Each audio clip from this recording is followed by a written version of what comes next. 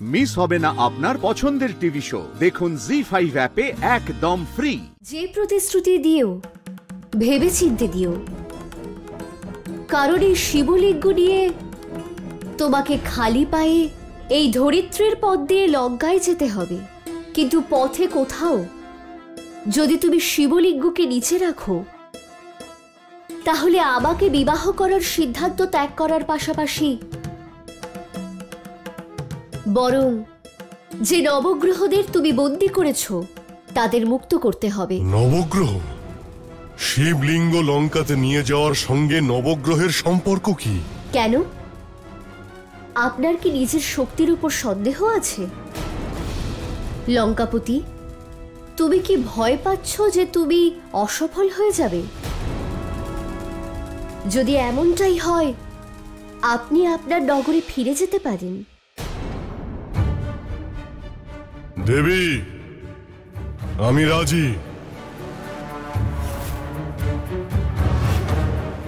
তোমাকে বিবাহ করার জন্য তোমার সব শর্তে আমি রাজি। আমি লঙ্কাপতি রাবণ তোমাকে কথা দিচ্ছি, যদি আমি শিবলিঙ্গকে পথে কোথাও রাখি, তাহলে আমি নবগ্রহদের মুক্ত করে দেব।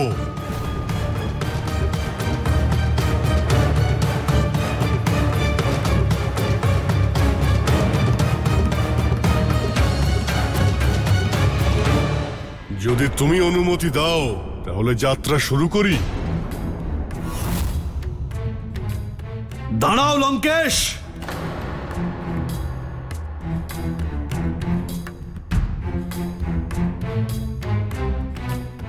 দেবীর সঙ্গে আমিও যাব। কারণ আমি দেবীর রক্ষক এবং সেবকও। যদি পথে কোনো প্রয়োজন পড়ে তাহলে সেবক? যার সঙ্গে স্বয়ং ত্রিলোকের অধিপতি থাকে, তার তোমাকে কিসের প্রয়োজন? রাবণ, তুমি ভুলে যাচ্ছ যে যতক্ষণ না এই শিবলিঙ্গ তুমি লঙ্কায় স্থাপন করছো, ততক্ষণ দেবীর সঙ্গে তোমার কোনো সম্পর্ক নেই। বৈজনাথ সঠিক বলছে লঙ্কেশ। আমার রক্ষা ও সেবার দায়িত্ব ওনারই। সেই জন্য উনি আমাদের সঙ্গেই যাবে।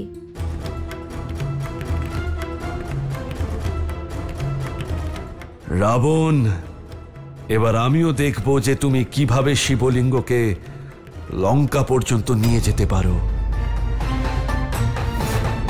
লঙ্কাপতি রাবণ, ত্রিলোকের অধিপতি, এই শিবলিঙ্গ কাঁধে খালি পায়ে হাঁটছে। সত্যই বলে সবাই যে প্রেম পাওয়ার জন্য মানুষকে কত কি না করতে হয়।